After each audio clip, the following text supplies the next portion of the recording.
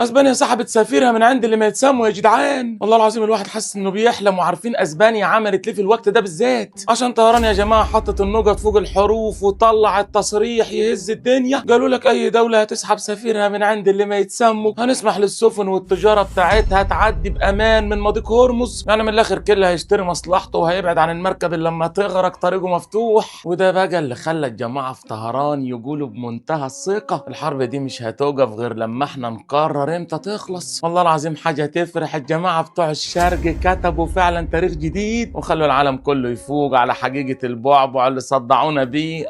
طلع مش اما يخوف. والنتيجه يا جماعه ان الكيان بقى عبء كبير حتى على حبايبه. والدليل ان اسبانيا قررت بشكل مفاجئ تسحب سفيرها من هناك وتقليل التمثيل. لما يحصل ده يا صاحبي موقف تاريخي هروب رسمي من سفينه بتغرق. عايزك تركز معايا بقى في التفاصيل اللي حصلت عشان تربط الخيوط كلها في دماغك. امبارح يا بيه وقت السحور مطلع الصبح كده الجماعه في طهران عملوا حفله فاير ووركس فوق دماغ اللي ما يتسموا. وده على فكره كانت تاني اعنف حفله اتنفذت عليهم في التاريخ من يوم ما تواجدوا بعد الحفله بتاعتنا في 6 اكتوبر. تخيلوا يا جماعه معايا كل المستوطنين في تل هباب والمدن التانيه المحتله عمالين يصيحوا بقالهم ساعات ونازلين لك بقى شتيمه في رئيس مركبتهم النتن عشان هو اللي ورطهم في الجحيم ده. قالوا له ليه تورطنا بتهورك وغبائك مع ناس زي كده؟ لان الجماعه في طهران بقوا كاشفين دفاعاتهم الجويه ونازلين دك في مدنهم لحد ما يبان لهم صاحب. طبعا انتوا عارفين مين صاحبها. والناس هناك لحد دلوقتي مش مستوعبين حجم الدمار اللي حصل. وبدأ ينشروا بقى فيديوهات وصور اما تفضح فشل الجبه الحديديه بتاعتهم. الجبه طلعت ورا جابيه قدام الهدايا الطايره اللي جايه من طهران. وخدوا بالكم يا اخوات العمده الصور والفيديوهات دي ده برغم حظر النشر والملاحقه القانونيه لاي حد ما يصور هناك. وعشان تعرف كمان انها ما كانتش ليله عاديه عليهم وزاره الصحه بتاعتهم صرحت بوجود 205 مصاب في ليله واحده. كل ده بقى يا بيه بسبب الزغزغه اللي حصلت والتدافع عند الملاجئ. وده معناه يا اخوات العمده ان اجمالي المعلن بس وصل 2557 مصاب منهم طبعا عشرات في حالات خطيره غير اللي ما اعلنوش عنهم. ده غير كمان اللي حصل لحياتهم شت داون خالص. ودلوقتي الجماعه في طهران قالوا لك زمن الرد خلص ودخلنا في مرحله الفرم. قالوا لك بعد ما استنفذنا ذخيره دفاعات الكيان وبطاريات الحمايه الامريكيه ده لدرجه يا جماعه ان واشنطن لما تسحب بطارياتها من قارات تانية عشان تلحقهم. الجماعه اخواتنا بقى طلعوا تصريح كابوس عليهم. قالوا لك خلاص يا بيه سياسه الرد بالمثل انتهت بح. مفيش يا بيه ضربني واضربك تاني. احنا خلاص داخلين على مرحله الدعك المستمر. ضرب يا بيه بلا توقف وبوتيره اسرع. وقالوا لهم من هنا ورايح مفيش اي هدايا تانية وزنها اقل من 1.5 طن.